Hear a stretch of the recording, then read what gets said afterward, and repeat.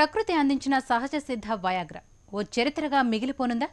ఎలాంటి side effects లేకుండానే మగవారిని గెలిపించే మహా ఔషధం కనుమరుగు కానుందా? నోటిలో అమాంతం కరిగిపోయి మనిషికి దివ్య ఔషధంలా పనిచేసే ఆరోగ్య సంజీవిని ఇక గత చరిత్రేనంటూ పాఠ్యపుస్తకాల్లో తప్ప మరెక్కడా కనిపించని పరిస్థితి ఏర్పడిందా?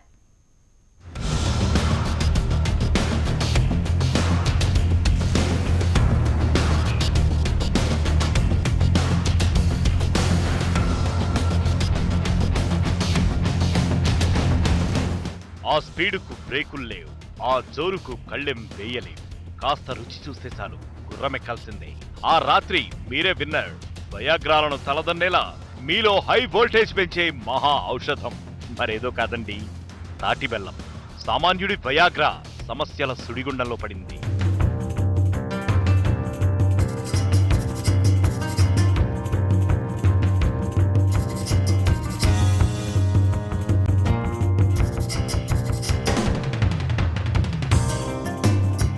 తాటి బెల్లంలో అంతుందే అనే కదా మీ డౌట్?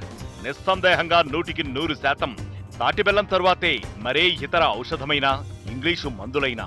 అవునండి, మీరు వింటోంది నిజమే. తాటి బెల్లం ఆరోగ్య ప్రదాయిని. దాన్ని తింటే మనిషిలో లైంగిక శక్తి సామర్థ్యాలే కాదు, ఎన్నో విధాలుగా ఉపయోగకరం. పురుషుల్లో వీర్య కణాలను సహజ సిద్ధంగా పెంచే సత్తా ఒక్క తాటి బెల్లానికే ఉంది.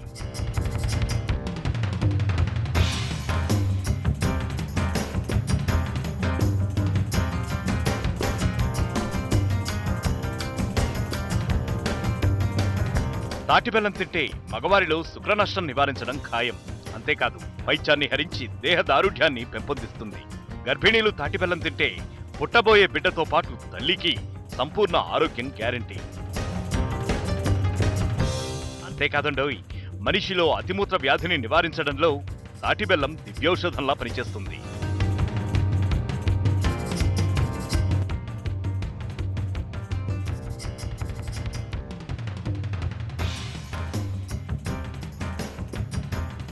ఇలా ఒక్కటేమిటి, తాటి బెల్లం రోజుకు ఒక్క ముక్క తింటే చాలు మీకు రోగాలు దరిచేరవు.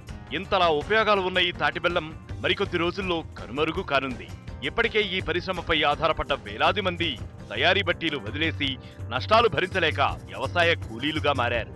తల్లిదండ్రులు నేర్పిన వృత్తిని వదులుకోలేక, మరో దారి లేక ఇలా ఊరిలో ఒకరిద్దరు మాత్రమే ఇంకా అదే పరిశ్రమపై ఆధారపడి ప్రభుత్వ సాయం కోసం ఎదురు చూస్తున్నారు.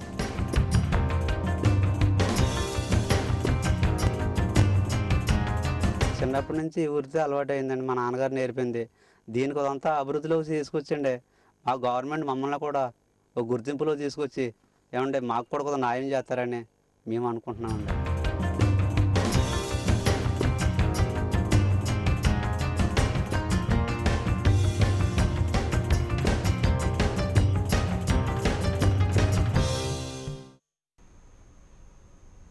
ఆ వృత్తే వాళ్లకు జీవనాధారం. ఒకప్పుడు వెలిగిపోయారు, కానీ ఇప్పుడు ఆ వృత్తి పేరు వింటేనే బాబోయ్ అంటూ పారిపోతున్నారు. మా తరం రోడ్డున పడింది, మా బిడ్డల్ని మాత్రం అడుగు పెట్టనివ్వమంటున్నారు. ప్రభుత్వం చేతులెత్తేసింది.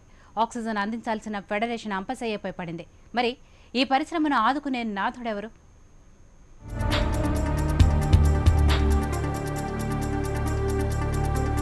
తాటి బెల్లం సహజ సిద్ధంగా లభించే ప్రకృతి వరప్రదాయిని.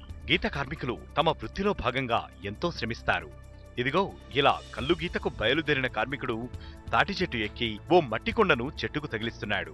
ఇలా తాటి చెట్టుకు తగిలించే కుండ లోపల ముందుగా సున్నం పేస్టును రాస్తారు.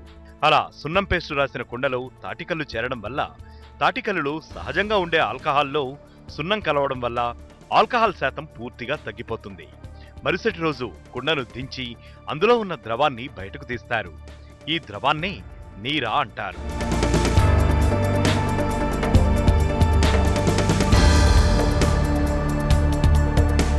ఇలా తాటి చెట్టు నుండి తీసిన నీరాను ఓ పెద్ద ప్యాన్లో వేసి 3 నుంచి 6 గంటల పాటు మరిగిస్తారు. మరిగే సమయంలో తెట్టెలా కట్టిన వ్యర్థాన్ని ప్యాన్ నుండి తొలగిస్తారు.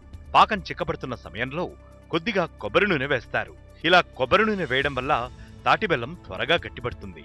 ఇలా మరిగించిన తరువాత పాకం కాస్త చిక్కబడగానే పొయ్యిపై నుంచి దించి ఇలా ముక్కలుగా ఏర్పాటు చేసిన చెక్కపై లేదా తాటిబుట్టలో వేస్తారు. అలా ఓ 2 గంటలు గాలిలో ఆరగానే తాటి బెల్లం అచ్చుగా తయారవుతుంది. ఇలా వేడివేడిగా తయారైన తాటి బెల్లం నోటిలో వేసుకోగానే వెన్నముద్దలా కరిగిపోతుంది.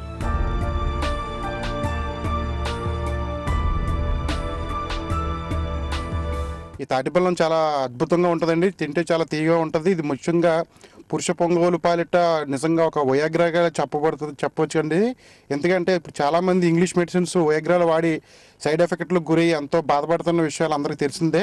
కానీ ఈ బెల్లం ముక్క డైలీ కనుక పెరుగులో కానీ లేకపోతే డైరెక్ట్గా కానీ తిన్నట్లయితే దీనివల్ల ఉపయోగం ఏంటంటే పురుషుల్లోకి శుక్ల నష్టాన్ని నివారించి వీరవృద్ధి జరిగి వీళ్ళందరూ కూడా జస్ట్ లైక్ వయాగ్రాలాగా ఉపయోగపడుతుంది. ఇది పూర్తిగా స్వదేశీ వయాగ్రా కింద మనం చెప్పుకోవచ్చు అండి. ఏపీలో తాటి బెల్లం తయారీ ఫెడరేషన్ నిడదవోల్లో మాత్రమే ఉంది. దీంతో వేలాది కుటుంబాలు ఈ పరిశ్రమపై ఆధారపడి పనిచేస్తున్నాయి.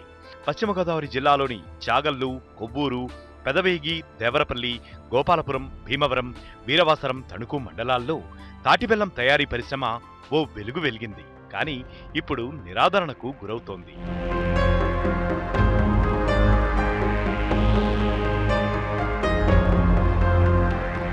తాటిబెల్లం తయారీపై ఆధారపడ్డ కుటుంబాలు రోడ్డున పడుతున్నా, పరిశ్రమ అంతరించిపోతున్నా చోద్యం చూస్తున్నారే తప్ప ఆదుకుందామనే ఆలోచనే పాలకుల్లో కరువైంది. అప్పట్లో డైరెక్ట్ ఫైనాన్స్ ఉండటం వల్ల ప్రతి గీత కార్మికుడికి లోన్ పర్పస్ ఉండేది. గవర్నమెంట్, సెంట్రల్ గవర్నమెంట్ నుంచి తూరు ఖాదీ బోర్డు ద్వారాగా సహసహకారాలు అంది కాబట్టి ప్రతి వాళ్ళు ఉత్పత్తి చేసేవాడికి అవకాశం ఎక్కువ ఇదండి. దాని నుంచి 94 కాడి నుంచి డైరెక్ట్ ఫైనాన్స్ తీసేయడం వల్ల ఎవరికి ఏదైనా సహకారం లేక వల్ల గీత కార్మికులందరూ కూడా దీనికి వృత్తికి దూరం అవడం కూడా జరుగుతుంది. కనుక ఇబ్బందులు ఎదుర్కొని వచ్చేస్తున్నాను. ఆధునిక పద్ధతులు అవలంబించకపోవడం, సరైన మార్కెట్ సౌకర్యాలు లేకపోవడంతో పాటు సర్కార్ నుంచి సరైన రుణ సదుపాయం లేక తాటిబెల్లం పరిశ్రమలో ప్రమాద ఘంటికలు మోగుతున్నాయి.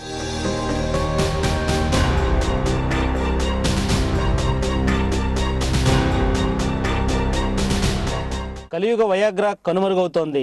పురుషుల్లో వీర్యకణాన్ని పెంపొందించే ఔషధం ఈ తాటిబెల్లం పరిశ్రమ పూర్తిగా మూతపడే పరిస్థితికి వచ్చింది. ఇప్పటికైనా ప్రభుత్వం ప్రత్యేక దృష్టి సారించాలి, తాటిబెల్లం పరిశ్రమని ఆదుకోవాలి.